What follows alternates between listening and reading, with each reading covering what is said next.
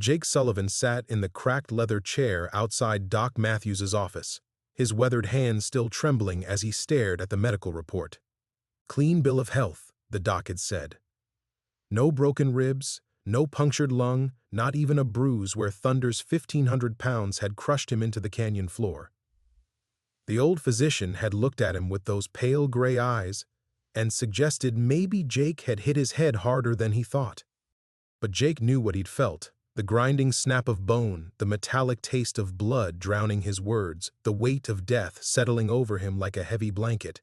He'd been ready to meet his maker in that god-forsaken canyon, ready to pay for 30 years of running from the worst mistake of his life.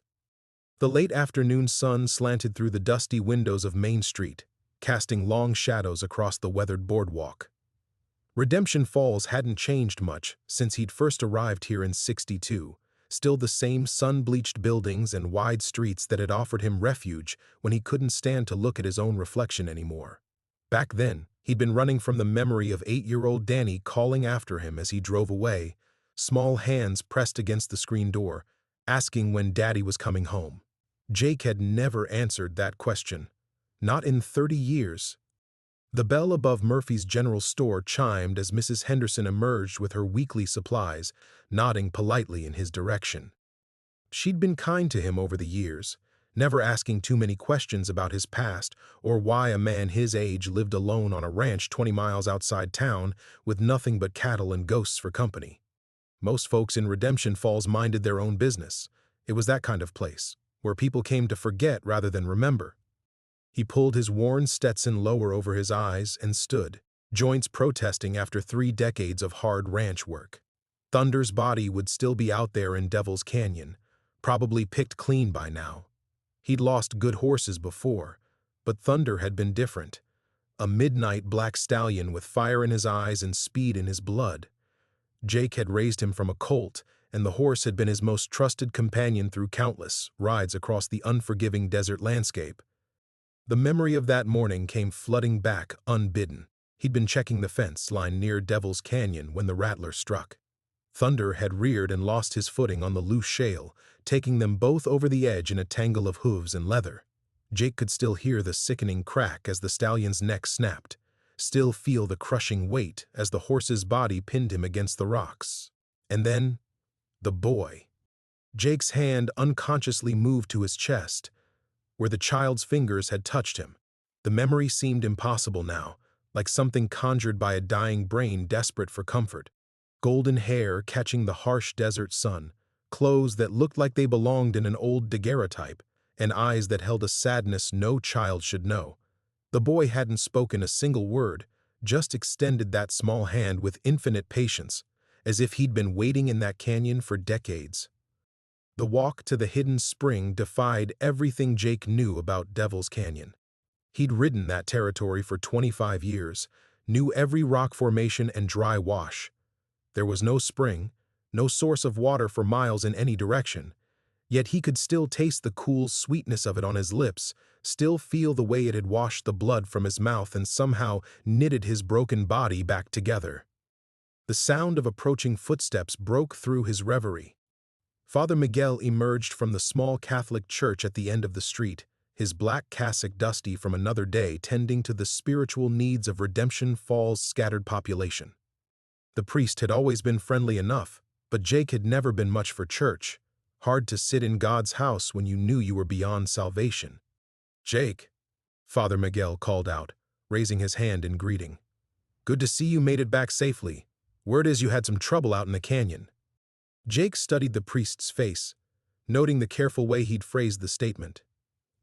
In a town this small, news traveled fast, and he suspected his story had already made the rounds. "Just a riding accident, Father, nothing I couldn't handle." "I'm sure." Father Miguel's dark eyes held something Jake couldn't quite read. "You know, if you ever need someone to talk to about unusual experiences, the church doors are always open." The words hung in the desert air between them, heavy with unspoken meaning. Jake tipped his hat and turned toward his truck, suddenly eager to get back to the familiar solitude of his ranch. But as he walked away, he could feel the priest's gaze following him, and he wondered just how many other men had stumbled into Father Miguel's confessional with impossible stories about a golden-haired boy who shouldn't exist. The drive back to the ranch gave Jake 20 miles of empty highway to think, which was 20 miles too many. His '78 Ford pickup rattled over the washboard dirt road that led to his property, kicking up a dust plume that would settle on everything for hours.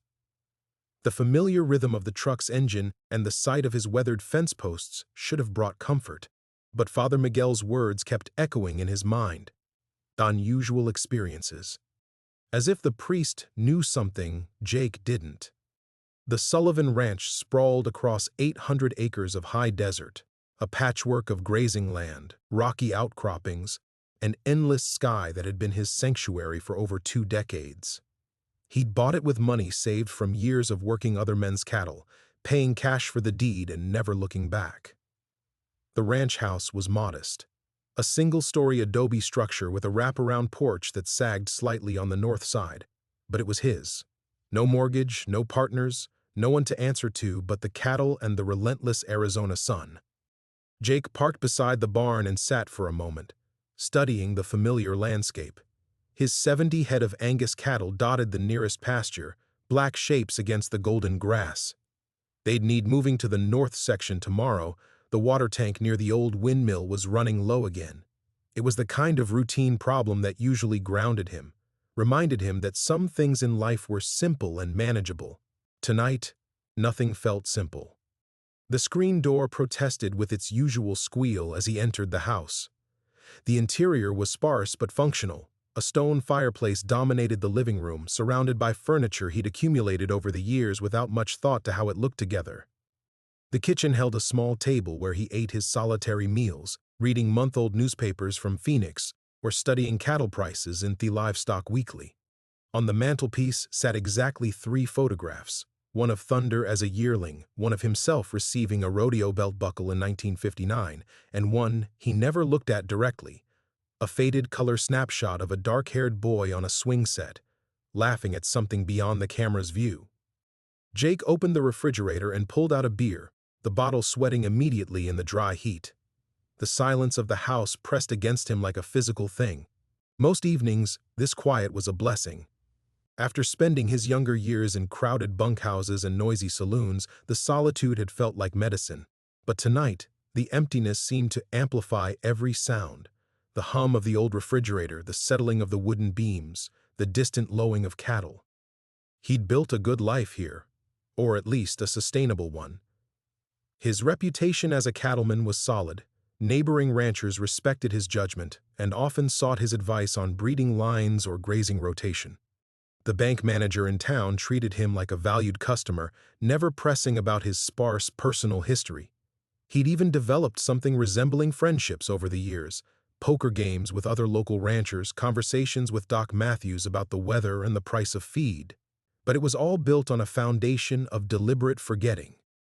Jake carried his beer to the front porch and settled into the wooden chair he'd positioned to catch the evening breeze.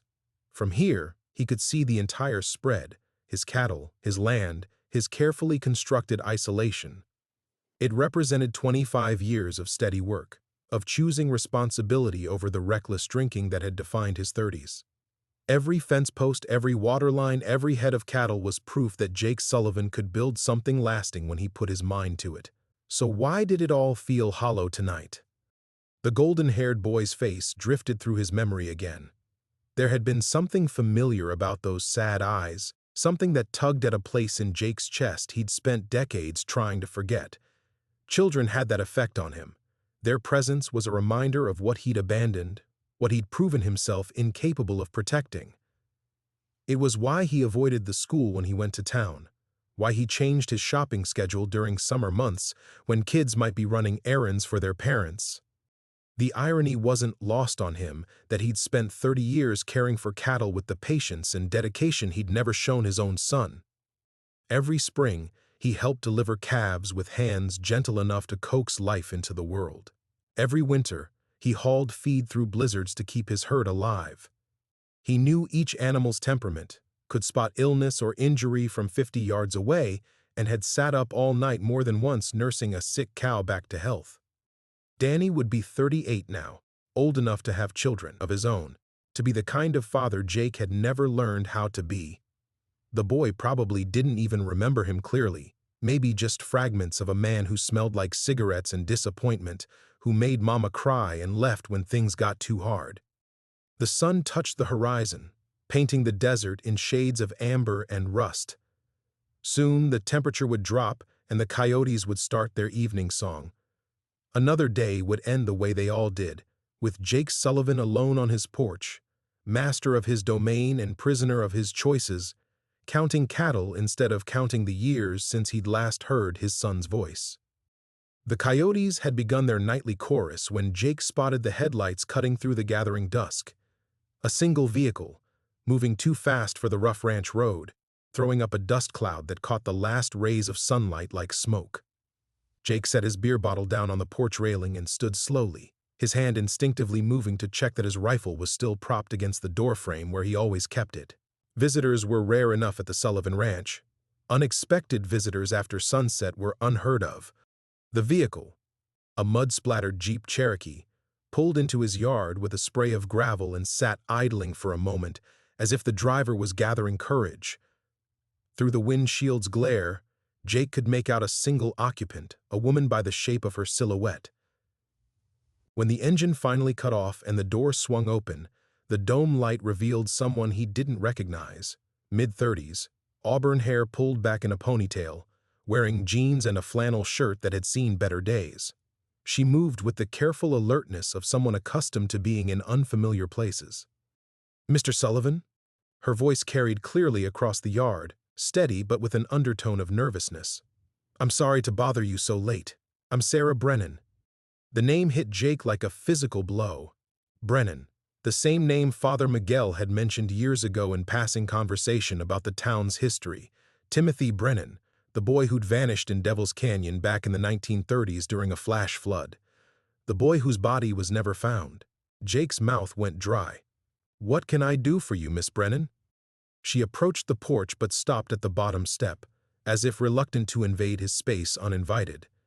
In the growing darkness, her face was difficult to read, but Jake could sense the tension radiating from her like heat.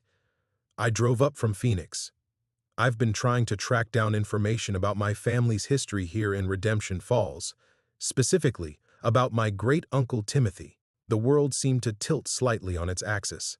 Jake gripped the porch railing, his knuckles going white. "Timothy Brennan. You know the story?" Hope flickered in her voice. "Most people I've talked to just give me the basics. Boy disappeared in 1937, probably drowned in a flash flood, body never recovered. But I found something in my grandmother's papers after she passed last month. Letters that suggest there might be more to it." Jake's mind raced back to yesterday morning, to the impossible child who'd taken his hand and led him to safety. Golden hair, old-fashioned clothes, eyes that held decades of sadness. The description Father Miguel had given him years ago during one of their brief conversations about the town's mysteries. What kind of letters? Jake heard himself ask, though part of him desperately didn't want to know the answer. Sarah reached into her jacket pocket and pulled out a manila envelope, thick with age-yellowed papers. Letters from men who claimed they'd been saved by Timothy. "My grandmother kept them for 50 years, never showed them to anyone. They started arriving just a few months after he disappeared and kept coming sporadically for decades. The last one was dated 1981. The evening breeze carried the scent of sage and cooling earth, but Jake felt as if he couldn't breathe. Saved how? They all tell similar stories. Men in trouble out in Devil's Canyon, lost, injured, dying of thirst. A golden-haired boy appears out of nowhere, leads them to safety, then vanishes. Every single letter describes the same child." Sarah's voice dropped to barely above a whisper. "Every single letter describes Timothy exactly as he looked the day he disappeared." Jake's legs felt unsteady. He lowered himself back into his chair, mind reeling with the implications. "Why come to me?" "Because according to the town records, you know Devil's Canyon better than anyone. You've been running cattle out there for 25 years, and—" She hesitated, studying his face in the dim light. "Because Father Miguel suggested you might have had your own encounter." The priest. Jake should have known the man would eventually connect the pieces. In a town the size of Redemption Falls, secrets had a way of surfacing eventually, especially when they involved impossible children and miraculous rescues. Sarah climbed the first step, then the second, until she stood directly in front of him. In the porch light, he could see her eyes, the same golden-brown color he remembered from his impossible savior, the same depth of sadness that seemed to carry the weight of decades. "Mr. Sullivan," she said quietly, "I think Timothy has been out there all this time. I think he's been saving people for 50 years. And I think you know I'm right." Jake stared at her, at this woman who'd driven 200 miles based on a collection of impossible letters, who did sought him out because she believed her great-uncle's ghost was wandering Devil's Canyon performing miracles. He thought about the choice facing him now: deny everything and send her away, maintaining the carefully constructed solitude that had protected him for decades, or acknowledge the truth and step into whatever storm was coming. In the distance, a coyote howled, long and mournful, and Jake made his decision: "Get off my land." The words came out harsher than Jake intended, but Sarah Brennan didn't flinch. She stood there on his porch steps, clutching that manila envelope like a lifeline, her eyes reflecting the porch light with an intensity that made his chest tight. He'd made his decision in that moment when the coyote howled, but now, facing the reality of what acknowledging the truth would mean, every instinct screamed at him to retreat. "Mr. Sullivan, you heard me." Jake pushed himself out of his chair, using his bulk to tower over her. "I don't know what kind of ghost stories you're chasing, but you won't find them here." Father Miguel was mistaken. But Sarah held her ground, and something in her expression reminded him of the boy. That same quiet persistence, as if she'd waited 50 years for this conversation and wouldn't be deterred by an old man's bluster. "The priest said you came back from Devil's Canyon yesterday with injuries that should have killed you. He said you looked like you'd seen something that changed everything you believed about the world." Jake's hand moved unconsciously to his ribs, where Thunder's weight should have crushed the life out of him. The bones felt solid now, whole in a way that defied every law of medicine he knew, but acknowledging that miracle meant acknowledging everything else. The impossible spring, the child who shouldn't exist, the fact that 30 years of carefully constructed isolation was about to crumble. "Priests talk too much," he muttered, but the conviction was already leaking out of his voice. Sarah stepped closer, and he caught a scent that made his breath hitch: lavender soap and something else, something that reminded him of childhood and safety and all the things he'd forfeited the right to claim. "My great-uncle was 7 years old when he disappeared. 7. The same age my son would have been if I hadn't—" She stopped herself, but Jake saw the flash of old pain cross her features. "Some losses echo through generations, Mr. Sullivan. Some children never really leave us, no matter how much distance we put between ourselves and the damage we've caused." The observation hit too close to home. Jake turned away from her, gripping the porch railing as if it could anchor him against the tide of memories threatening to break loose. Danny at 7, gap-toothed and earnest, asking why Daddy smelled funny when he came home late. Danny at 8, flinching when voices got raised, learning to make himself small when the adults started fighting. "You don't know anything about my losses," Jake said, but his voice cracked on the words. "I know you've been running from something for 30 years. I know you live alone on 800 acres because solitude feels safer than risking real connection. I know you care for cattle with the kind of devotion most people reserve for family." Sarah's voice gentled. "And I know that yesterday, something happened in Devil's Canyon that scared you more than dying would have." Jake closed his eyes, but the boy's face was waiting for him in the darkness. Those impossibly sad eyes that seemed to understand every failure, every moment of cowardice that had brought Jake to that broken place beneath Thunder's body. The child had saved him, but salvation came with a price. It demanded acknowledgement. It demanded change. "Even if what you're suggesting were true," Jake said slowly, "what would you want from me? What good would it do anyone to dig up old ghosts? Timothy has been alone out there for 50 years, helping strangers while his own family never knew what happened to him. Don't you think he deserves to come home?" The question hung in the desert air like a challenge. come home. As if such a thing were possible for lost souls, for children who'd been abandoned by the people supposed to protect them. As if forgiveness could reach across decades and call back what had been given up for dead. Jake thought about his own son, somewhere out in the world, probably believing his father was dead, or simply didn't care enough to call. What would it mean to try reaching across that chasm of time and regret? What kind of man attempts to resurrect connections he'd willingly severed when the responsibilities became too heavy to bear? "I'm not the person you need for this," Jake said finally. "I don't save people, Miss Brennan. I'm the kind of man children need saving from." Sarah was quiet for a long moment, studying his profile in the porch light. When she spoke again, her voice carried the weight of hard-earned wisdom. "Maybe that's exactly why Timothy chose to save you." The truth of it hit him like a physical blow. Jake's hands trembled against the railing as the full implications settled over him. Not just the supernatural impossibility of what had happened, but the purpose behind it. He'd spent 30 years believing he was beyond redemption, that some failures were too fundamental to overcome. But what if he was wrong?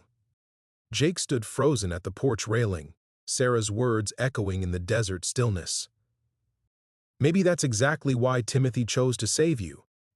The implication carved through him like a blade, that his rescue hadn't been random chance or desperate hallucination, but deliberate intervention.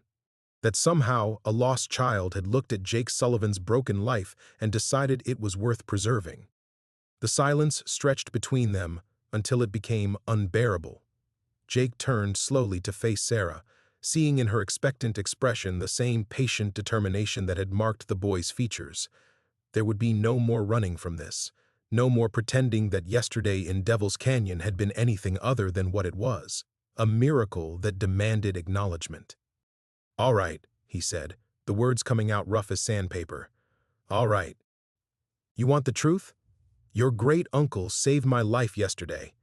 A 7-year-old boy who should have been dead for 50 years pulled me out from under a dying horse and led me to water I'll never be able to find again."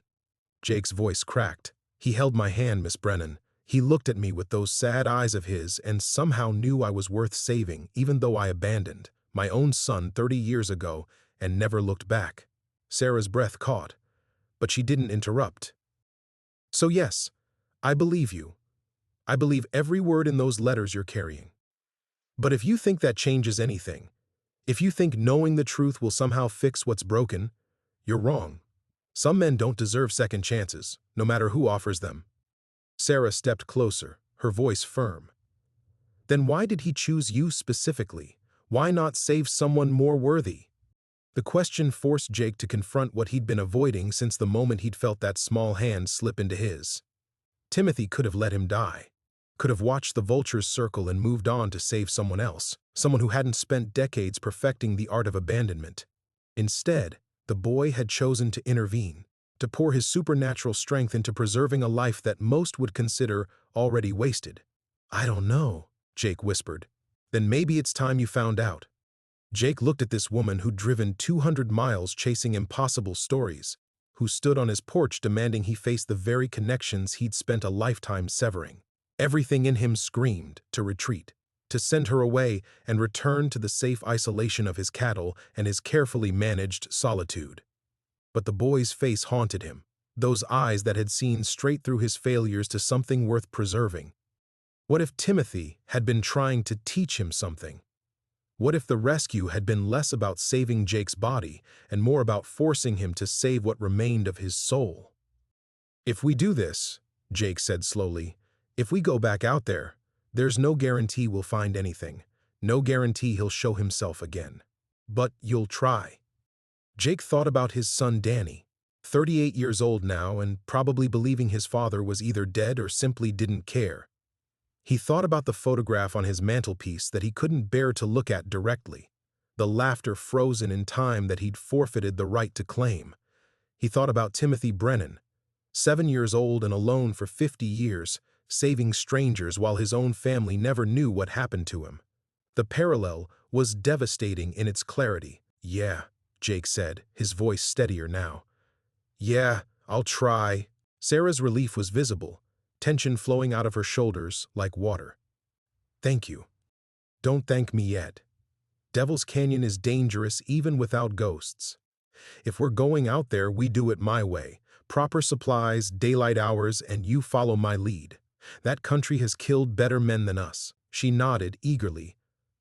"When do we start?" Jake looked out across his ranch, at the cattle settling for the night, and the familiar landscape that had sheltered him for 25 years.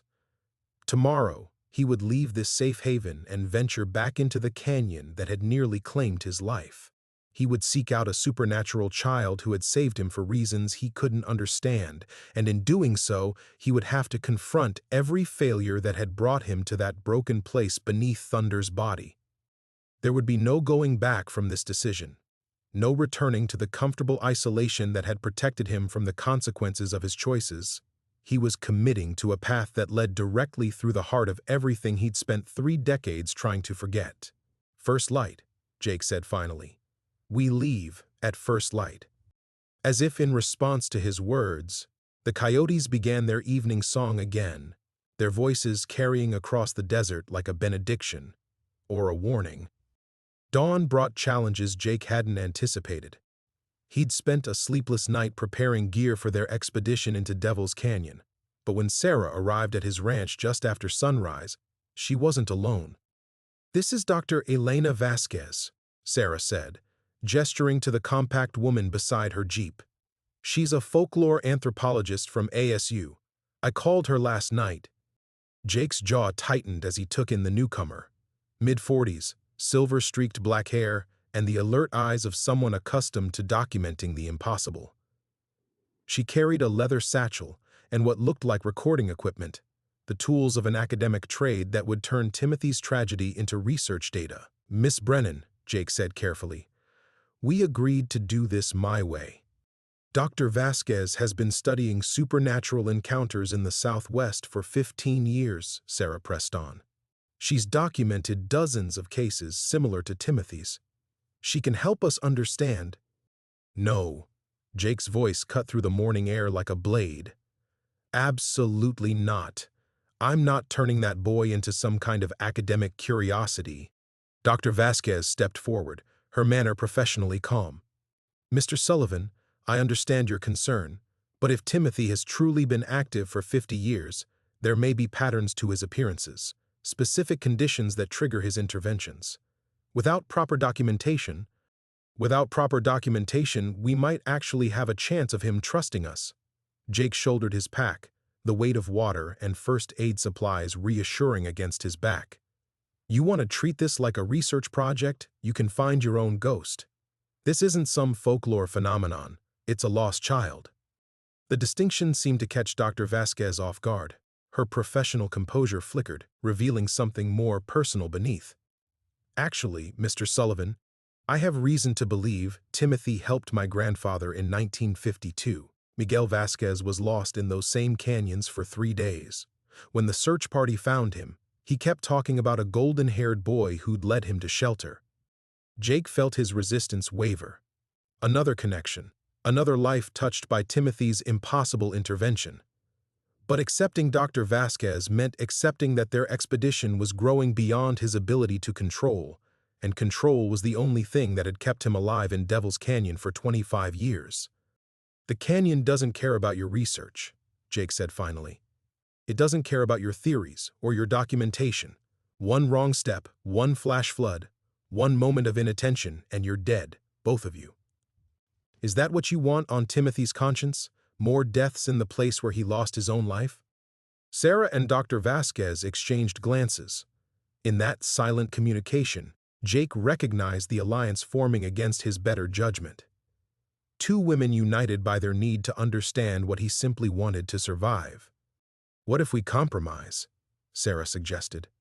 "Dr. Vasquez comes with us, but no recording equipment, no formal documentation, just observation and guidance based on her experience with similar cases." Jake looked between them, recognizing the futility of argument. They would go into Devil's Canyon with or without him. Sarah driven by family loyalty, Dr. Vasquez by professional curiosity and personal connection. At least if they stayed together, he could try to keep them alive. "Fine," he said grudgingly.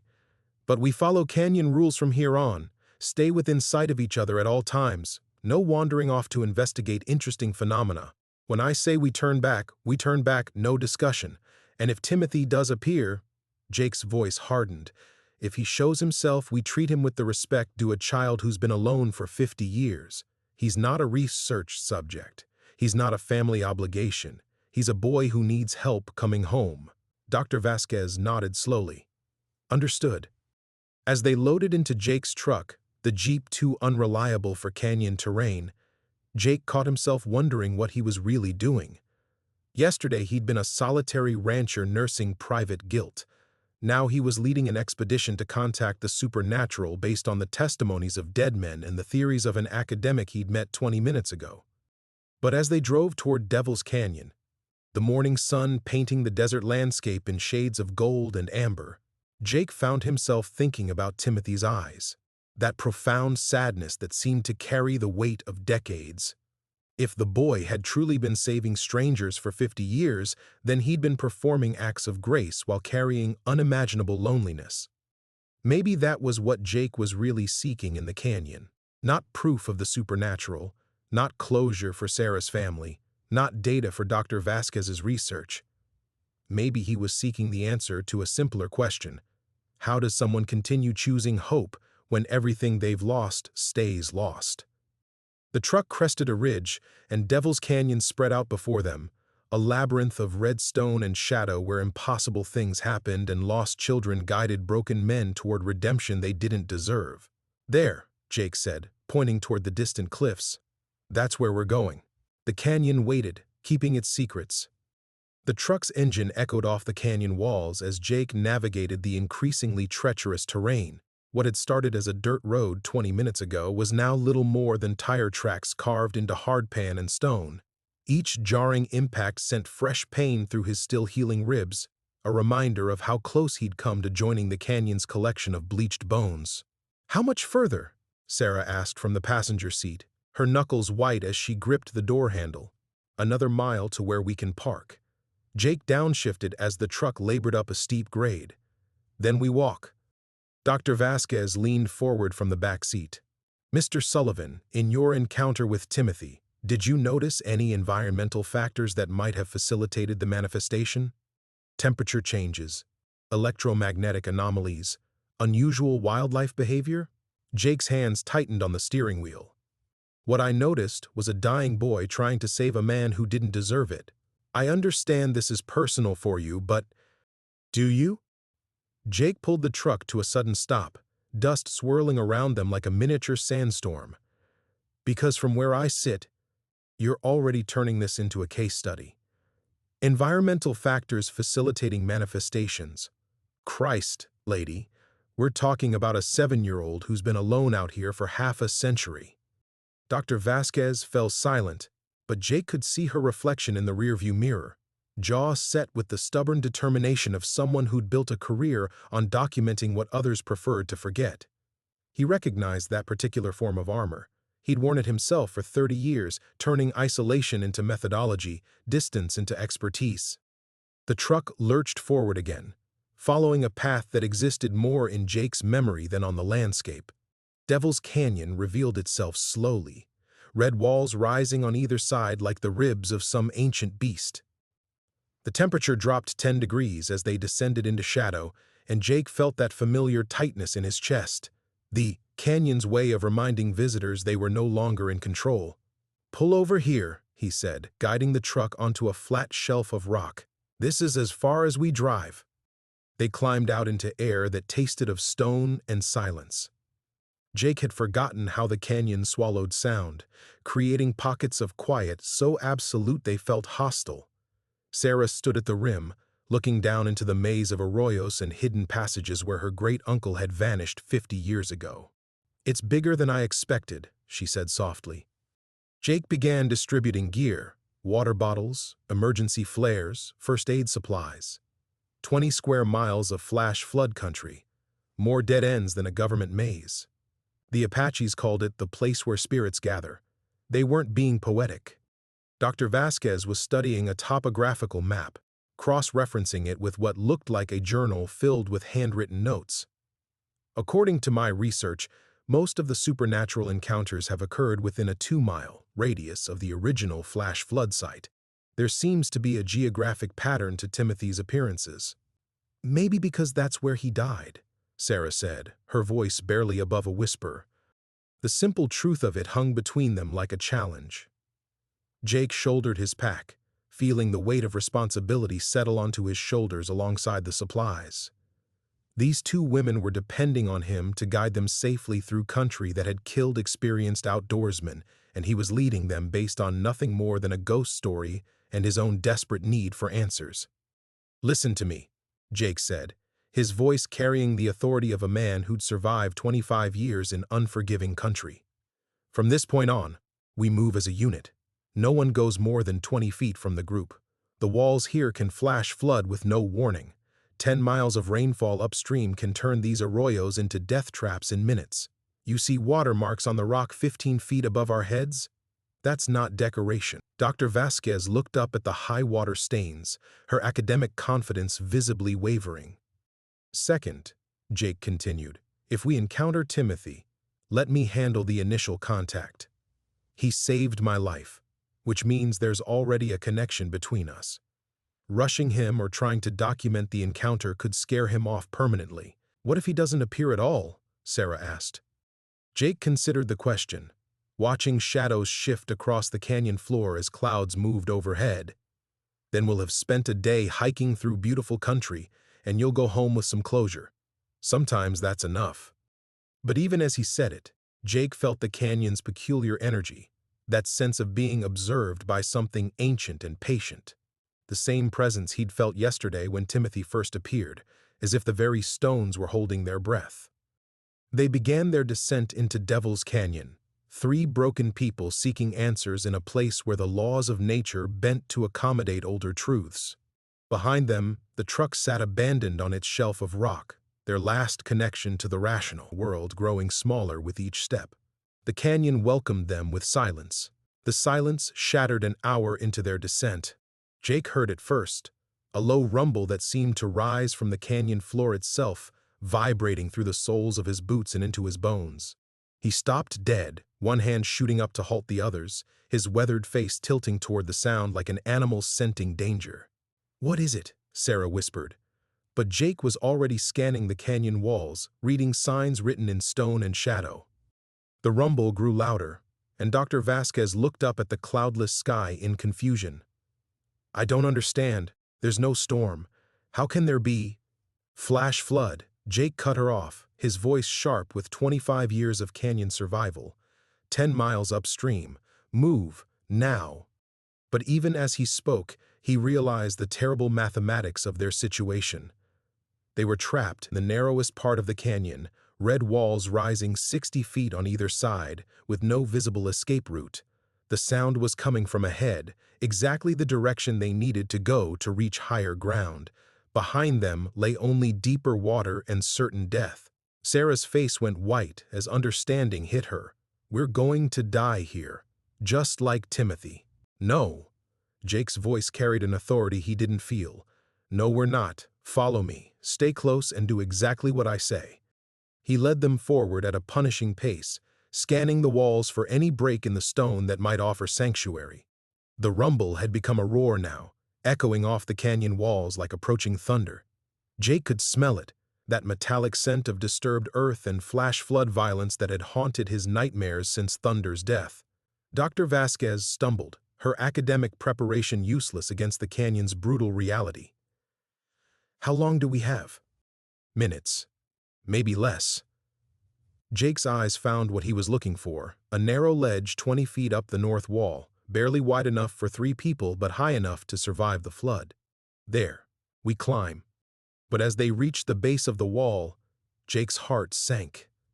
The ledge was accessible only by a chimney climbed through a crack in the rock, technical climbing that would challenge an experienced mountaineer, let alone 2 women with no canyon experience. His ribs screamed protest at the mere thought of the ascent. "I can't do this," Dr. Vasquez said, staring up at the impossibly narrow passage. "I'm not a climber, I'll fall." The roar was deafening now, and Jake could see the first brown tongue of water rounding the bend ahead, a wall of liquid destruction carrying enough force to strip flesh from bone. In seconds, it would hit them with the fury of a freight train. "Jake!" Sarah screamed over the noise, and he turned to see her pointing at something impossible. Timothy stood 20 feet away, exactly where he hadn't been a moment before. The boy looked as he had 2 days ago, golden hair catching light that seemed to come from nowhere, clothes from another era somehow pristine despite 50 years in the wilderness. But his eyes held an urgency Jake had never seen, and he was gesturing frantically toward a section of canyon wall that appeared solid stone. Without hesitation, Jake grabbed Sarah and Dr. Vasquez, pushing them toward Timothy's position, even as his rational mind screamed that following a ghost toward solid rock was madness. But the flood was behind them. Death was certain in every other direction, and Timothy had already saved his life once. The boy reached toward them as they stumbled forward, his small hand extended in the same gesture of salvation Jake remembered. But this time, when Jake grabbed for those fingers, they felt different, more solid, more real, as if Timothy was somehow drawing strength from the approaching crisis. "Through here," the boy said, his voice carrying clearly despite the chaos around them. He was pointing at what looked like solid stone, but as Jake watched in amazement, the rock seemed to shimmer and shift, revealing a hidden passage no wider than his shoulders. Behind them, the flood hit the main canyon with a sound like the world ending. Jake shoved Sarah into the passage first, then Dr. Vasquez, following close behind as water exploded through the space they'd occupied seconds earlier. The passage was impossibly tight, forcing them to move sideways, and Jake felt his injured ribs grinding against each other with every breath. But they were alive. Against all odds, against every law of physics and survival he understood, they were alive. The passage opened into a hidden chamber carved from living rock, large enough for a dozen people and completely dry. Ancient petroglyphs covered the walls, spirals and human figures that spoke of other survivors, other people who'd found sanctuary in this impossible place. Timothy stood in the center of the chamber, no longer translucent but solid as any living child. The effort of manifesting so completely in the physical world had clearly cost him something. His face was pale, his breathing labored, but his eyes held satisfaction. "You saved us," Sarah whispered. Timothy nodded solemnly, then looked directly at Jake. "Now we're even." The words hit Jake like a physical blow, carrying implications that reached far beyond mere rescue. This wasn't about supernatural intervention or family mysteries. This was about something deeper, about debts between souls, about the mathematics of salvation and abandonment. Outside, the flood raged with murderous fury, but in this hidden sanctuary, 3 living people faced a dead child who had just rewritten the rules of what was possible. Jake realized his greatest ordeal was only beginning. The silence that followed Timothy's words stretched like a held breath. Jake stared at the boy, this impossible child who had twice now pulled him back from death, and felt the careful structure of his understanding begin to crumble. "Even?" Jake's voice came out rougher than intended. "What the hell does that mean, even?"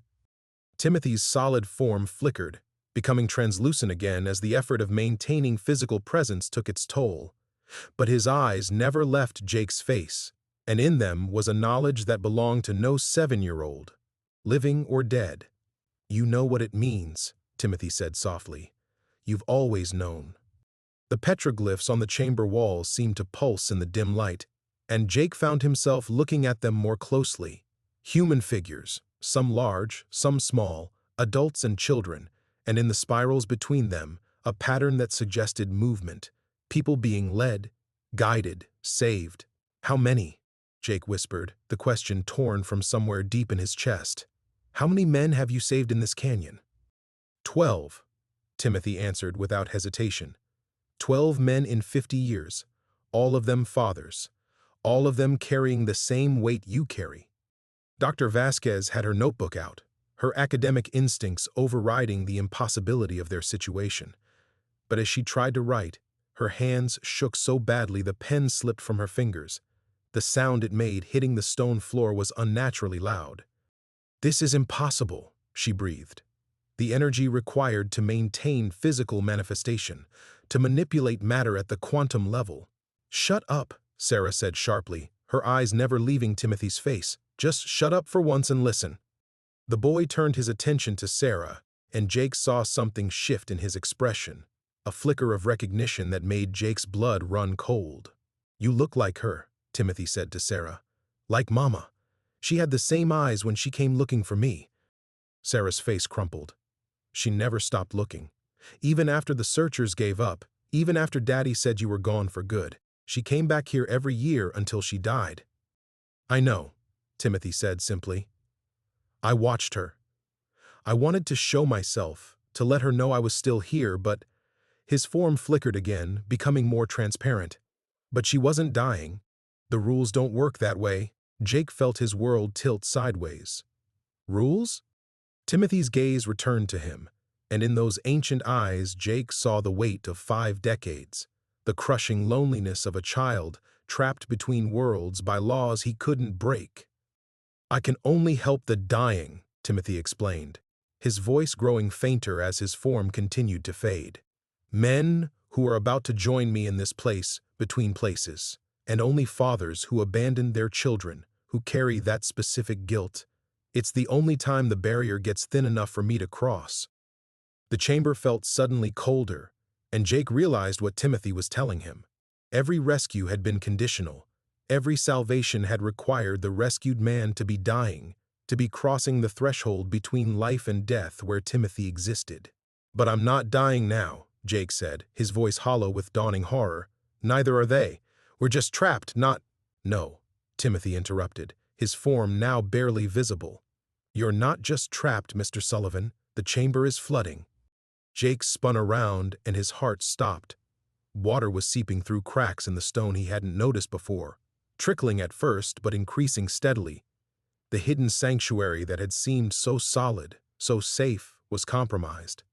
The flood outside was finding its way in, and they were sealed inside a stone tomb with no apparent exit. "The passage we came through." Sarah rushed toward it, but Jake could already see her face fall as she reached the narrow opening. "It's blocked, completely sealed with debris." Dr. Vasquez was on her hands and knees, frantically searching the walls for another way out, her scholarly composure finally shattered. "There has to be another exit. These chambers were designed as shelters. They wouldn't be death traps." But Jake knew better. He'd spent 25 years in this canyon, and he understood its mathematics. The chamber was flooding because the external pressure was too great, because they were deeper underground than he'd realized, because Timothy had led them not to safety, but to a slower death. Water pooled around their ankles now, rising steadily. "You brought us here to die," Jake said, staring at Timothy's fading form. "All of this, the rescue, the guidance, the hope, it was just a different kind of trap." Timothy's expression held infinite sadness. "I brought you here because it was the only way, the only chance to make things right." "What things?" Jake shouted, but Timothy was disappearing, becoming nothing more than a whisper of light in the darkening chamber. "The children you left behind," came the ghost's fading voice. "They're waiting for you to choose them. Finally choose them, even if it costs you everything." The light vanished, and they were alone in rising water with no way out, finally understanding that Timothy's salvation had always been an illusion. The water reached their knees before Jake understood. It came to him not as a flash of insight, but as a slow, terrible dawning, like watching the sun rise over a landscape he'd been navigating in darkness for 30 years. The chamber walls, the rising water, Timothy's words about children left behind, it all crystallized into a truth so devastating that Jake's legs nearly buckled beneath him. "Oh, God," he whispered, and Sarah turned toward him, her face pale in the dim light reflecting off the floodwater. "What is it?" she asked, but Jake was already moving, pressing his hands against the stone walls, feeling for something he'd missed. The petroglyphs seemed to swim before his eyes, those spirals and human figures telling a story he'd been too blind to read. "It's not about the men he saved," Jake said, his voice gaining strength as understanding flooded through him. "It's about the children, the ones who died because their fathers weren't there." Dr. Vasquez looked up from where she'd been frantically searching for an exit. "What do you mean?" But Jake was seeing it now. The pattern that connected every rescue, every appearance, every impossible salvation in Devil's Canyon. His hands found a section of wall where the petroglyphs were different, where small handprints had been pressed into the stone alongside the ancient symbols. Timothy doesn't save dying fathers out of kindness, Jake continued, his fingers tracing the small handprints. He saves them because he needs them to understand what their children felt. The fear, the abandonment, the slow realization that Daddy isn't coming back. Sarah's sharp intake of breath cut through the sound of rising water. "You're saying he's torturing them?" Jake turned from the wall, and his face held the weight of revelation. "He's teaching them. Every man he saved went on to reconcile with their children. Marcus found his daughter in Phoenix. Tom rebuilding his relationship with his son. David—" Jake's voice broke slightly. David spent his last years writing letters to grandchildren he'd never met. The water was at their waist now, cold and relentless. But Jake felt a strange calm settling over him, the peace that came from finally understanding the game's rules. "It's a test," he said simply. "Timothy saves men who've abandoned their children, then puts them in situations where they have to choose their own lives or doing right by the next generation." Dr. Vasquez's academic mind seized on the pattern even as she struggled against the rising flood. "The timing. You said Timothy only appears to dying men. Men who are crossing the threshold between life and death," Jake finished. "The only time choice becomes absolute. When there's no more time for half measures or good intentions." Sarah was staring at him with dawning horror. "You think he brought us here to die? To force you to choose between saving yourself and—" She stopped, her face going white. Jake nodded slowly. "The question isn't whether we can all get out. The question is whether I choose to save myself or sacrifice everything to give you and Dr. Vasquez a chance."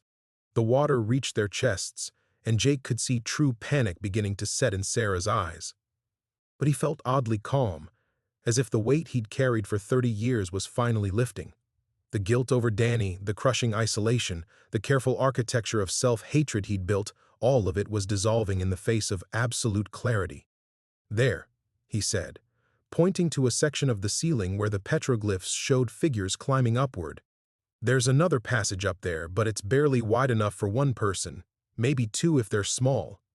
Sarah followed his gaze to the narrow opening 15 feet above the rising water line. "How do we reach it? We don't have rope, no climbing gear." "Human ladder," Jake said matter-of-factly. "I boost you up. You pull Dr. Vasquez after you. The passage should connect to the main canyon system above flood level." "What about you?" Dr. Vasquez asked, though Jake could see she already understood. Jake smiled, and for the first time in decades, it reached his eyes. "I make sure you both get out. I make sure someone goes home to tell the story. I finally choose the children instead of myself." The water was at their necks now. In minutes, the chamber would be completely submerged. But Jake felt lighter than he had since Danny was 7 years old, since the morning he'd walked away from his son without looking back. "Timothy," he called out to the empty air. "You want me to understand? I understand. I choose them. I choose to be the father I should have been 30 years ago." The chamber filled with golden light as Timothy materialized one final time, solid and real as any living child.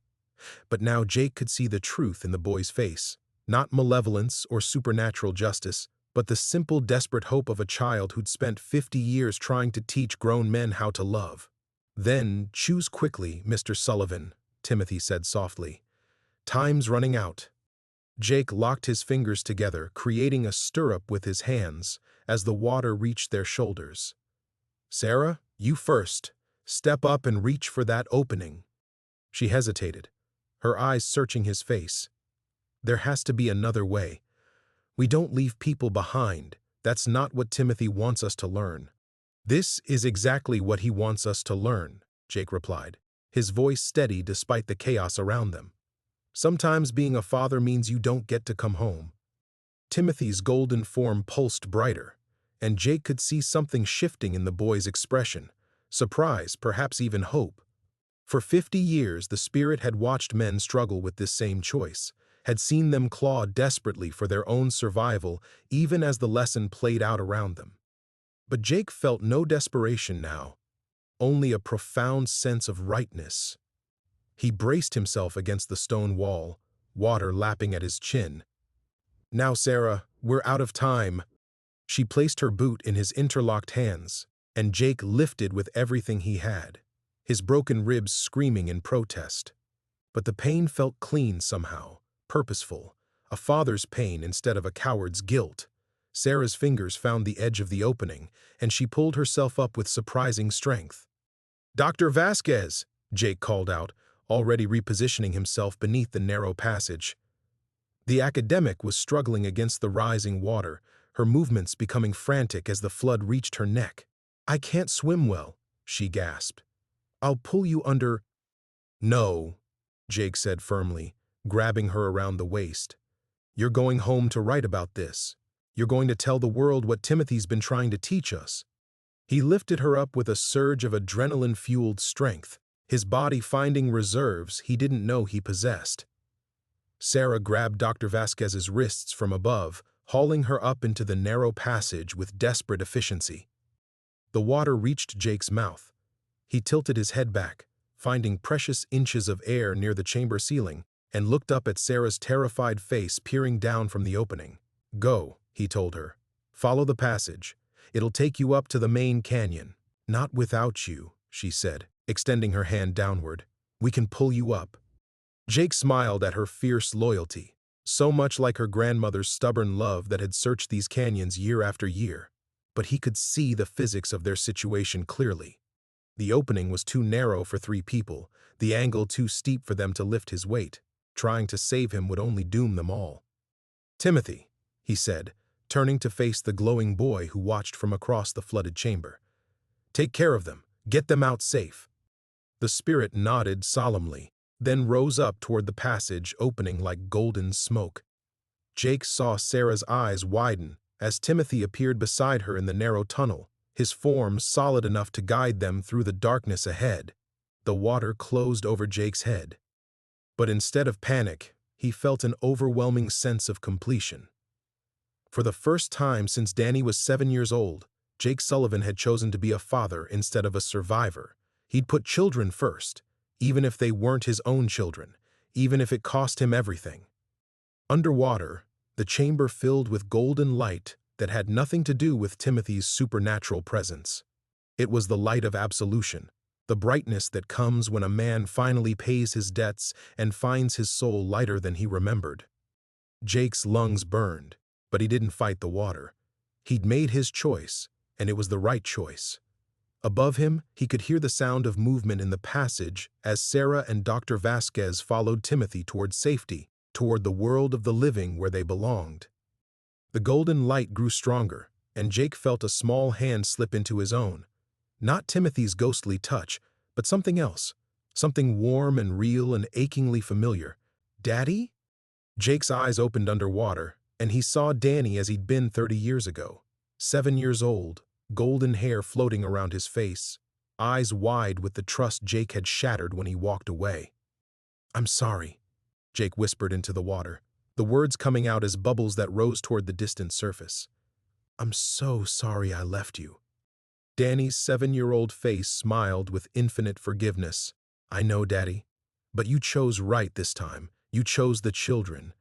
The light was everywhere now, warm and welcoming, and Jake understood that Timothy's lessons went deeper than anyone had imagined. The canyon didn't just teach men to choose their children. It gave them the chance to find the children they'd lost along the way.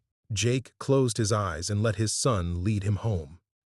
Above them, Sarah and Dr. Vasquez followed Timothy through passages that shouldn't exist toward a sunrise that promised redemption could survive even the death of those who finally learned to love. Jake's eyes snapped open to blazing desert sunlight and the taste of sand in his mouth. His lungs convulsed, expelling water that shouldn't exist, and he rolled onto his side, coughing violently as his broken ribs protested every breath. The hidden spring where Timothy had first saved him bubbled peacefully beside his head, its clear water reflecting the morning sky. He was alive. Jake pushed himself to sitting, his hands shaking as he touched his chest, his face, confirming the impossible reality of his existence. The last thing he remembered was Danny's 7-year-old smile, the golden light of forgiveness, the certainty that he was finally going home to the son he'd abandoned. Yet here he was, deposited beside the spring like debris from some cosmic flood, breathing air that burned his throat and feeling pain that proved his continued residence in the world of the living. "Sarah," he whispered, then louder, "Sarah." His voice echoed off the canyon walls, but no answer came. Jake struggled to his feet, his body protesting every movement, and saw fresh footprints in the sand leading away from the spring, 2 sets of boots heading toward the main trail. Relief flooded through him so powerfully his knees nearly buckled. Timothy had kept his word. The girls were safe. But why was Jake still alive? The question followed him as he began the long walk back to Redemption Falls, his body moving on autopilot while his mind grappled with the impossibility of his situation. He'd made his choice, sacrificed everything to save Sarah and Dr. Vasquez. He'd felt the water close over his head, seen his son's face in the golden light, experienced the profound peace of a debt finally paid. So why had Timothy sent him back? The answer came as Jake crested the ridge overlooking town, where he could see the morning bustle of Main Street and the familiar outline of his ranch in the distance. This wasn't the end of his story. It was the beginning of everything he'd failed to do for 30 years. Timothy hadn't saved him as a reward for finally choosing correctly. He'd saved him because now Jake had to live with that choice, had to prove it wasn't just a moment of desperate heroism, but a fundamental change in who he was. Jake had unfinished business with the living. His truck was still parked where he'd left it 3 days ago, though it felt like a lifetime since he'd driven into town to hear Dr. Vasquez's academic theories about electromagnetic anomalies. The keys were in his pocket, somehow dry despite his underwater resurrection, and Jake started the engine with hands that barely trembled. The ranch looked smaller than he remembered, the fences more weathered, the buildings more isolated against the vast Arizona landscape, but for the first time in decades, Jake didn't see it as a refuge from human connection. He saw it as a starting point for the hardest journey of his life. Inside his house, Jake went straight to the old wooden desk where he'd avoided looking for 30 years. The drawer stuck, warped from desert heat and deliberate neglect, but finally yielded to reveal a manila folder thick with papers he'd never been brave enough to read. Letters from Danny that had arrived sporadically over the years. Birthday cards, graduation announcements, wedding invitations. All of them returned to sender or simply ignored. Jake spread them across the desk with reverent hands, reading each one as if it were scripture.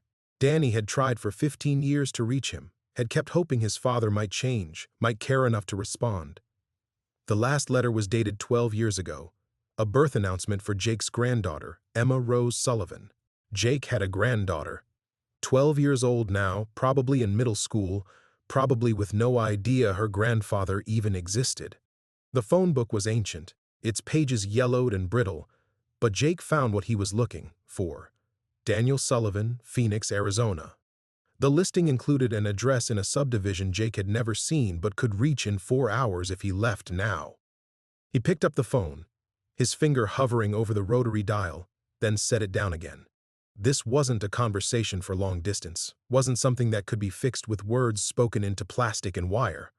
If Jake was going to face his son, and by extension the granddaughter he'd never met, he needed to do it in person, needed to look into Danny's eyes and accept whatever judgment he found there. Timothy's lessons went deeper than choosing strangers' children in moments of crisis. Real redemption required a man to face the specific child he'd abandoned, to stand before his own failures without the convenient shield of imminent death to make heroism easy. Jake changed into clean clothes, loaded his truck with every letter Danny had ever sent, and pointed toward Phoenix with the desert sun climbing steadily overhead. He was finally going home to his son, not as a dying man seeking absolution, but as a father ready to begin the long work of earning forgiveness from the living. The road stretched ahead, shimmering with heat and possibility. The Phoenix suburb looked like every other development built during the housing boom. Red tile roofs, desert landscaping, streets named after the natural features they'd bulldozed to make room for progress.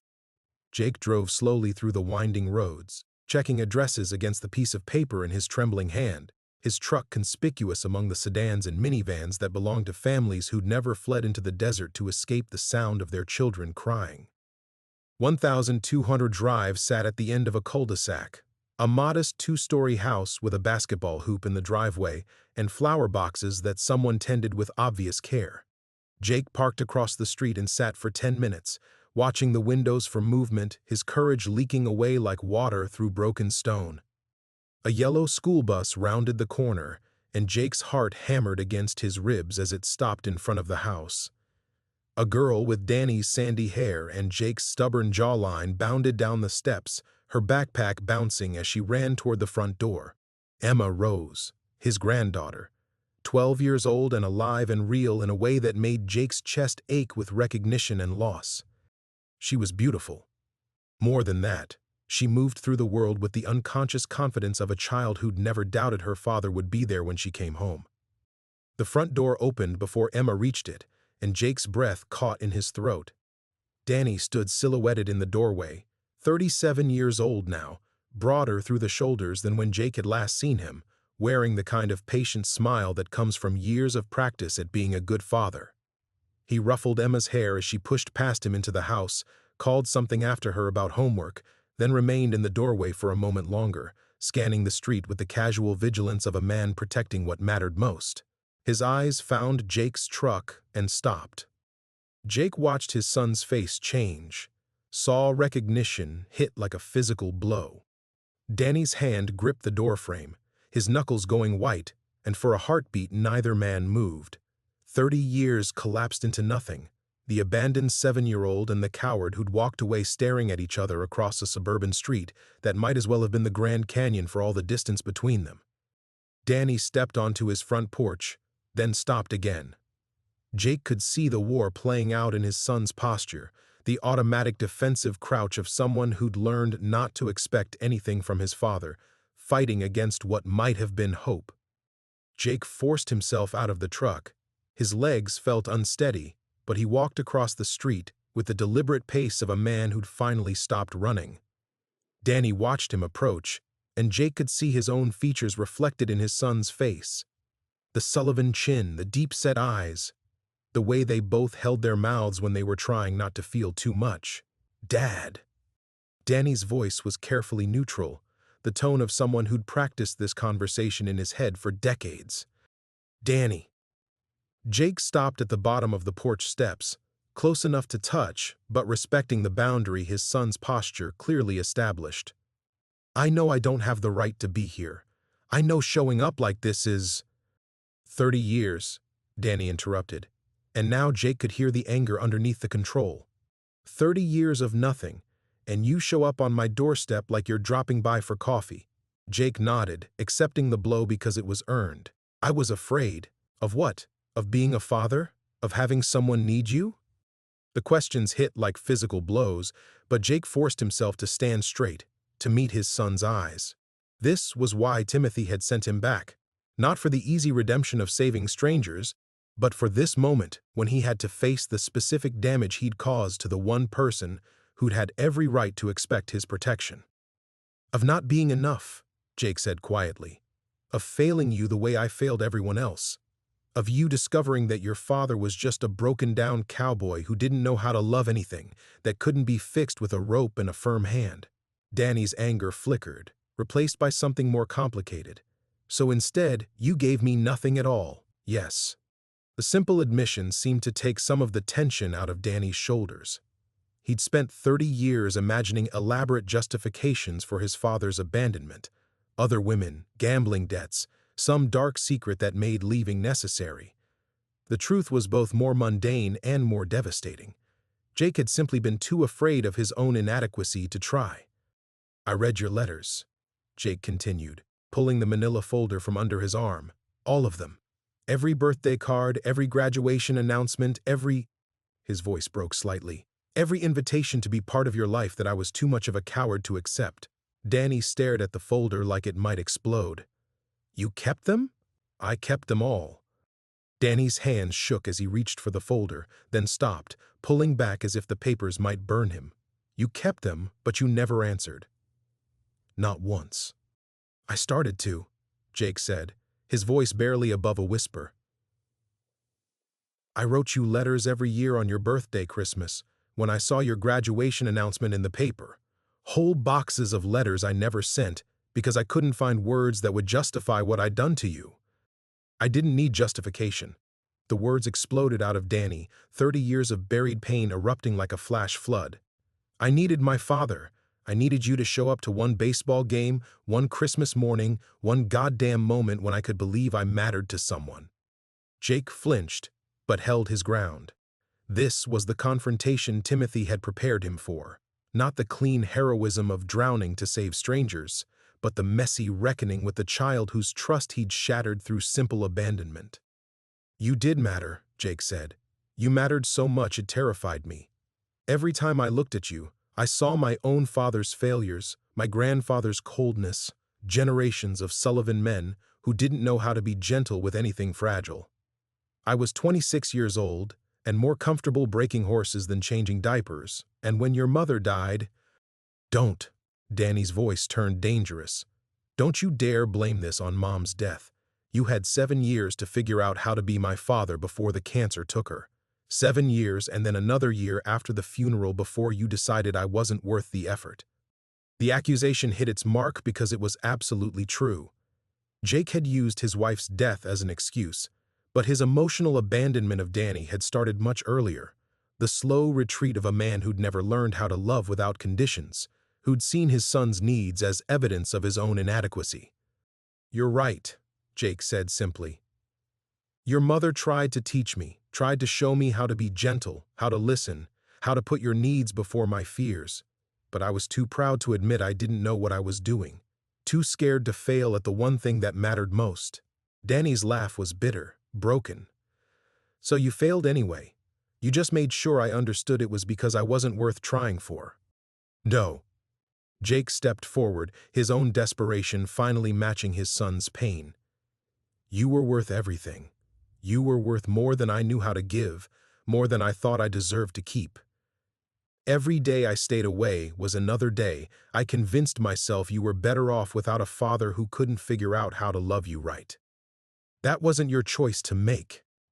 Danny's composure cracked completely, and Jake saw the 7-year-old boy he'd left behind bleeding through 30 years of careful self-protection. I would have taken any kind of love you had. I would have settled for distant, for awkward, for completely inadequate if it meant you stayed. The truth of it nearly drove Jake to his knees. All these years he'd told himself he was protecting Danny from his failures, when really he'd been protecting himself from the vulnerability of trying and falling short. He'd chosen his own emotional safety over his son's desperate need for a father, any kind of father. Daddy? A small voice came from the front door, and both men turned to see Emma standing in the doorway, her face uncertain as she looked between them. Why are you yelling? Danny's transformation was instant and complete, the wounded child disappearing behind the protective armor of a father who'd learned never to let his own pain touch his daughter. I'm sorry, sweetheart. This is your grandfather. Emma's eyes widened as she looked at Jake with frank curiosity. The one who lives in the desert? Yes, Danny said carefully. The one who lives in the desert. Jake felt his heart break and heal simultaneously. She knew about him. Danny had told her she had a grandfather, had kept that possibility alive despite 30 years of abandonment. His son had become the father Jake had never managed to be, had chosen hope and honesty over the bitter protection of silence. Are you staying for dinner? Emma asked, and the simple question nearly undid Jake completely. No accusations, no judgment. Just a child's natural assumption that families should share meals, that grandfathers belonged at kitchen tables. Jake looked at Danny, saw the war between old wounds and new possibilities playing across his son's features. This was the moment that would define everything. Whether 30 years of damage could be overcome by the simple act of a father finally choosing to stay. That depends on your dad, Jake said quietly, holding his son's gaze. I'd like to stay if he'll let me. I'd like to try to be the grandfather you deserve, if it's not too late to learn. Danny stared at him for a long moment, and Jake saw the exact instant his son made the hardest choice of all, to risk hoping again. Come in. Danny said finally, the words scraping raw from his throat. But this doesn't fix anything. This doesn't erase 30 years. I know, Jake said, climbing the porch steps on unsteady legs. I'm not here for easy forgiveness. I'm here to do the work I should have done decades ago. Emma had already disappeared back into the house, her 12-year-old attention span moving on to homework and after-school snacks, but Jake could hear her voice calling from somewhere deeper in the house about whether Grandpa liked spaghetti. The casual acceptance in her tone was both gift and knife. This was what he'd missed, what he'd traded away for the cold safety of isolation.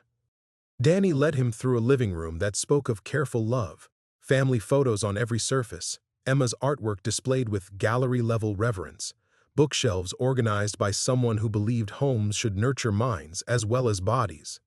Jake's throat tightened as he recognized none of himself in this house, saw no evidence that his bloodline had contributed anything to the warmth that surrounded him.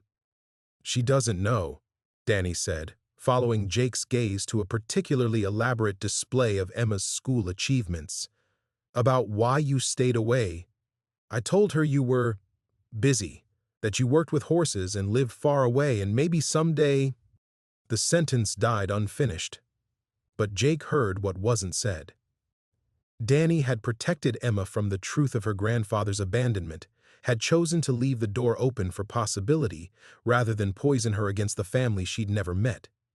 It was precisely the kind of grace Jake had never learned to offer, the patient hope he'd been too damaged to sustain. You did good by her, Jake said, his voice rough with unshed tears. You became everything I never figured out how to be. I had to, Danny replied, and now Jake heard the steel beneath his son's careful composure. Because I knew what it felt like to have a father who walked away. I swore she'd never wonder if she was worth staying for. The words hit like a physical blow, all the more devastating for their quiet delivery. Jake saw the price his abandonment had extracted, not just the obvious wound of a child left behind, but the fierce overcorrection of a man determined to prove that fathers could choose to stay, that love could be reliable and constant and earned through daily presence rather than dramatic gestures. Danny, I need you to know, Jake started, then stopped as Emma bounded back into the room, her backpack abandoned and her attention fully focused on the grandfather she'd heard about but never met. Do you really live with horses? She asked, settling onto the couch with the easy confidence of a child who'd never doubted her welcome in any room. Dad says you have a ranch with hundreds of horses. Not hundreds, Jake corrected gently, sitting across from her with movements careful as prayer. Maybe 30 now. Used to be more, but I haven't been much good at keeping anything alive lately. Danny shot him a sharp look, warning him away from whatever darkness that statement contained, and Jake felt another piece of his old armor fall away. Even now, even angry and hurt, his son was protecting Emma from the adult complexities that didn't belong in her world. The instinct was so immediate, so natural, that Jake finally understood the most devastating cost of his choice.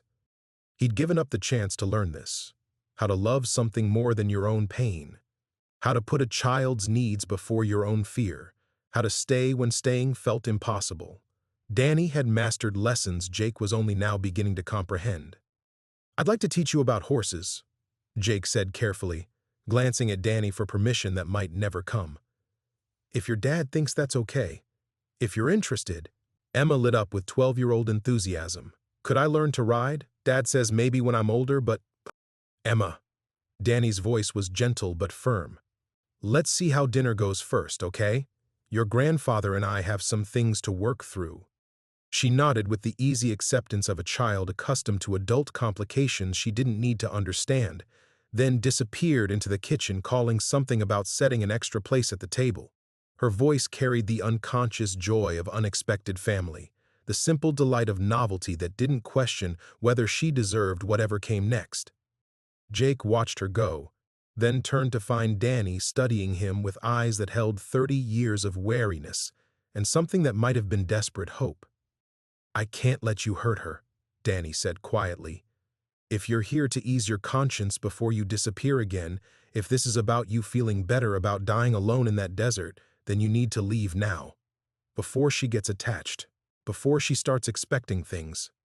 The ultimatum hung between them like a blade, clean and necessary and absolutely fair. Danny was offering the one thing Jake wanted most, a place at his granddaughter's table, a chance to know the child his choices had cost him. But the price was everything Jake had used to protect himself for 30 years. If he stayed, if he tried to build something real with Emma, he'd have to surrender the safety of isolation, the bitter comfort of believing he was too broken to love anyone properly. He'd have to risk failing again, risk having his inadequacies witnessed and judged by the two people whose opinions mattered most. He'd have to choose them over his own fear every day, for however many days he had left. "I'm not going anywhere," Jake said, meeting his son's eyes with steady resolve. "Not unless you tell me to. Not ever again." Danny held his father's gaze for a long moment, searching for cracks in Jake's resolve, testing the weight of words that had been broken too many times before. Jake didn't flinch, didn't qualify his promise with escape clauses or hedge his commitment with familiar excuses. He simply stood there, letting his son see all the way through him to whatever fragile determination lay underneath. "You say that now," Danny said finally, his voice barely above a whisper. "But what happens when it gets hard? When Emma has a nightmare and needs someone to sit with her until dawn? When she gets sick and throws up all over you? When she asks you questions about Mom, about why you weren't there when she died?" Each scenario hit Jake like a physical blow because he could see Danny had lived them all. Had been the father who stayed awake holding fevered children, who cleaned up messes without complaint, who found ways to answer impossible questions with patience and love. The man standing before him had learned to be everything Jake had been too afraid to attempt. "I don't know," Jake admitted, and saw Danny's face tighten with familiar disappointment. "I don't know if I'll do any of it right. I'll probably stumble through most of it, probably say the wrong things and miss half the cues that come natural to you. But I'll be here to mess it up in person instead of disappearing when it matters." Something shifted in Danny's expression, not forgiveness, not yet, but perhaps the first crack in 30 years of protective ice. "That's what I needed to hear," he said quietly. "Not promises you'll be perfect, just that you'll try, that you'll stay long enough to fail and learn and try again." From the kitchen came the cheerful clatter of Emma setting the table, her voice humming some pop song Jake didn't recognize. The sound filled the house with easy warmth, the kind of domestic contentment that had always felt foreign and dangerous to Jake's bruised heart. Now it called to him like shelter from a lifetime of self-imposed winter. "She has your mother's voice," Jake said, the observation scraping past 30 years of buried grief. "Sarah used to hum like that when she was cooking, like the music was just spilling out of her without permission." Danny's anger flickered, replaced by something more complicated. "I remember. She'd sing to me when I was scared, when you'd come home angry about something at the ranch and fill the house with tension." The memory landed like an accusation because it was true. Jake had brought his frustrations home like mud on his boots, had let his own failures poison the air his family breathed. Sarah had been the one to clean up those messes too, to gentle their frightened son back to peace with lullabies and patient explanations that Daddy wasn't angry at him. "I was angry at myself," Jake said, knowing it sounded like an excuse even though it was true. "Every day I failed at something, lost cattle, broke equipment, disappointed someone who was counting on me. And I never learned how to leave that anger at the gate, how to come home and be just your father instead of a man who couldn't get anything right. So you made sure I knew I was one more thing you couldn't get right." The words hung between them like a bridge that might hold or collapse under the weight of honesty. Jake forced himself to walk across it. "Yes," he said simply. "And I've spent 30 years living with the knowledge that I threw away the only thing that mattered because I was too proud to admit I needed help learning how to love you." Danny's composure cracked, just for a moment, and Jake caught a glimpse of the 7-year-old boy who'd stood at the window watching for a father who never came home. The sight nearly drove him to his knees with the magnitude of damage that could never be undone, chances that could never be reclaimed. "I can't undo what I took from you," Jake continued, his voice breaking on the words. "I can't give you back the father you deserved, can't fix the hole I left in your childhood. But Emma, maybe I can learn to be the grandfather she deserves. Maybe you can teach me what I never figured out on my own." "Dinner?" Emma's voice called from the kitchen, bright with anticipation. "Dad, is Grandpa staying? Should I make garlic bread?"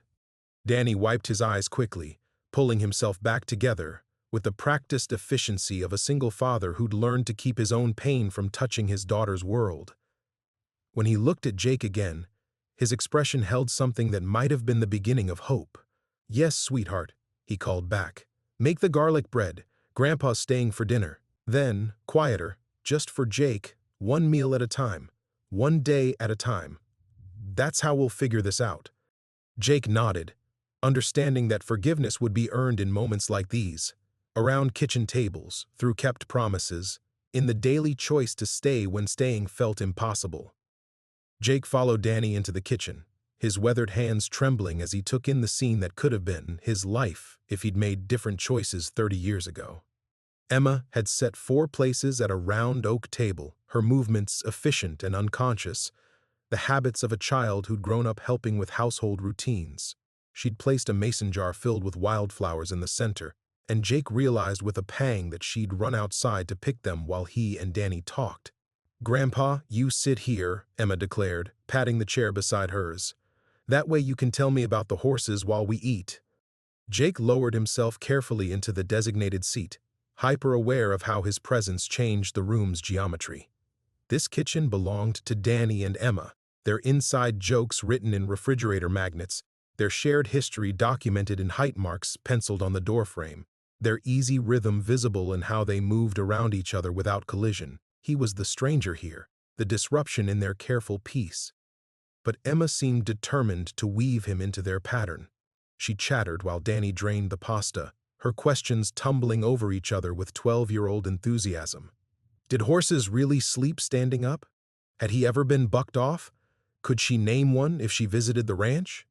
"If your father says it's okay," Jake said carefully, glancing at Danny's tense shoulders. "Horses like children usually. They're honest in ways that make animals trust them." Danny turned from the stove, a question in his eyes, and Jake felt the weight of being evaluated. Every word would be measured, every interaction with Emma scrutinized for signs that he might damage her the way he damaged his son. "There's a mare named Sage who's getting too old for ranch work," Jake continued, meeting Danny's gaze. "She's gentle, patient, good for learning on when you're ready to try." Emma bounced in her chair. "Dad, could we? Please? I promise I'll be careful, and I'll do all my chores without complaining for a month." "We'll see," Danny said, but his voice held possibility. He brought the serving bowl to the table, steam rising between them like incense. "Let's start with dinner and go from there."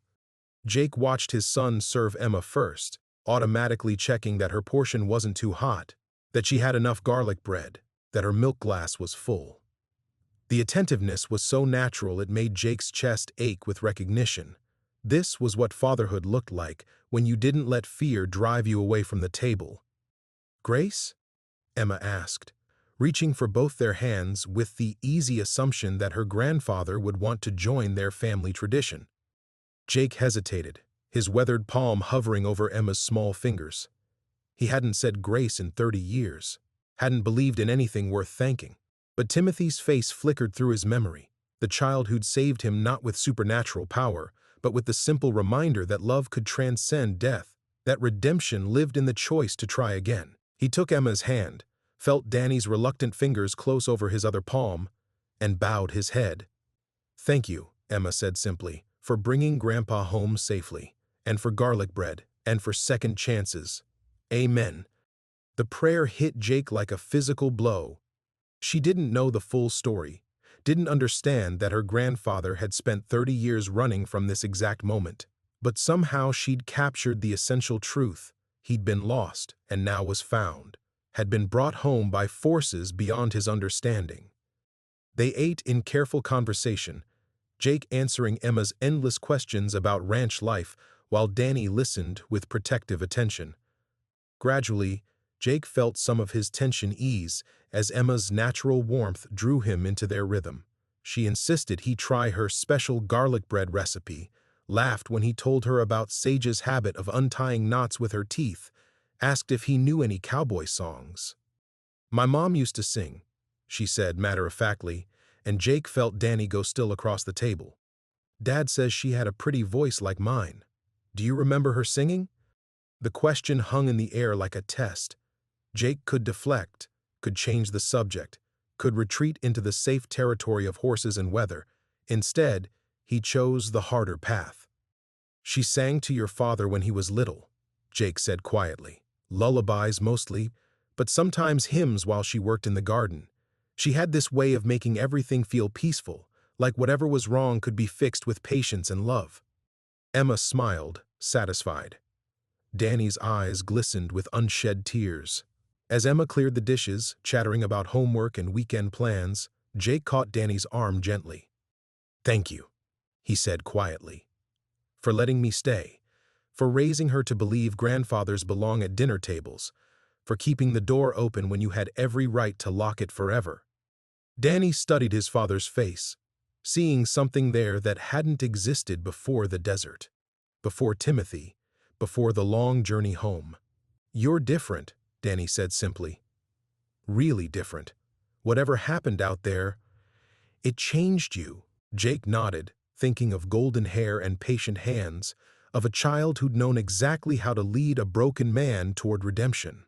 "Some gifts," he said, "can only be received by learning how to give them." Emma reappeared from the kitchen, homework forgotten, settling between Jake and Danny on the couch with the easy confidence of a child who'd never doubted her place in any room. "Grandpa, will you teach me that song about the lonely cowboy?" she asked, tucking her feet under her. "The one you hummed while we were eating?" Jake hadn't realized he'd been humming, but the melody had been there all evening, one of the old songs Sarah used to sing while hanging laundry, her voice carrying across the ranch yard like a blessing. He cleared his throat, suddenly self-conscious. "It goes like this," he said quietly, his weathered voice finding the tune. "There's a lonesome cowboy riding through the canyon at night, looking for something he lost in the dying of the light." Emma joined in on the second verse, her clear soprano weaving around his rough bass, and Jake felt something break open in his chest. This was what he'd given up, not just the big moments but these small gifts of ordinary magic. A granddaughter learning his songs, a son watching with cautious hope. The simple piece of family gathered around shared stories. Danny's phone buzzed, and he glanced at it with the distracted attention of a single father always on call. "Mrs. Henderson needs me to check on her mare," he said apologetically. "Won't take long, but—" "I'll go with you," Jake said immediately, then caught himself. "If that's all right. I know I don't have any claim on your work, but—" "You raised me around horses," Danny said, standing and reaching for his keys. "I figure that gives you some claim." He turned to Emma. "Homework. All of it. I'll check when we get back." She groaned theatrically but headed for her backpack, calling over her shoulder, "Bring me back a good story about the sick horse."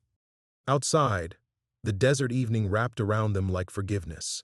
Jake climbed into Danny's truck, newer than his own, better maintained, everything about it speaking to the responsible man his son had become. They drove in comfortable silence through Redemption Falls' quiet streets, past the church where Jake had finally learned Timothy's story, past the diner where he'd eaten alone for 30 years. "Tell me about her," Jake said as they turned onto the country road leading to the Henderson place. "Emma's mother. How you met, what she was like." Danny's hands tightened on the steering wheel. "Lisa was everything I didn't know I needed. Patient with my damage, strong enough to call me on my fear, gentle enough to love me past it. She wanted to meet you, near the end. Kept saying Emma should know her grandfather." The words hit like stones, each one marking another opportunity lost. "Why didn't you call?" "Because I was angry," Danny said simply. "Because I didn't want to give you the chance to hurt her the way you hurt me. Because I was afraid you'd break my dying wife's heart by saying no." Jake closed his eyes, seeing all the ways his abandonment had echoed through the years, poisoning even moments he'd never known existed. "I would have come," he said quietly. "If I'd known, I would have come." "I know that now," Danny replied. "But I didn't know it then. All I knew was the father who walked away when things got hard." They pulled into the Henderson driveway, but neither man moved to get out. The conversation hung between them like a bridge they were still building, one careful word at a time. "How do we do this?" Jake asked. "How do we build something real when we're starting with 30 years of damage?" Danny turned to face him, and in the dashboard light, Jake saw his own eyes looking back. The same stubborn hope, the same desperate need to believe love could survive its own failures. "The way you gentle a spooked horse," Danny said. "Slow, careful, proving yourself safe one day at a time until trust becomes habit." Inside the Henderson barn, they worked together over the colicky mare. Jake's weathered hands steady as he held her head while Danny administered medication. Their movements fell into old patterns neither had forgotten, the wordless communication of men who understood horses, who knew healing took patience and presence. Driving home under stars that seemed closer than Jake remembered, they talked about small things: Emma's school play next month, the ranch's upcoming hay delivery, whether Sage was really gentle enough for a beginner rider. But underneath the ordinary conversation ran a deeper current, the slow, careful work of becoming father and son again. Back at the house, they found Emma asleep over her math homework, her golden hair spilling across the kitchen table like Timothy's had, across Jake's vision in the desert.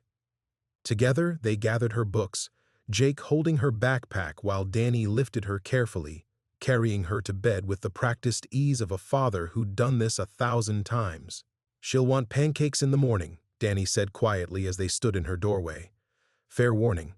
Jake smiled, understanding the invitation hidden in the words. Tomorrow. Another meal, another chance, another small step toward redemption. "I'll bring the syrup," he said, and meant it as a promise to stay. Outside, the desert wind whispered through the canyon where Timothy waited, patient, eternal, watching over all the broken fathers learning to find their way home.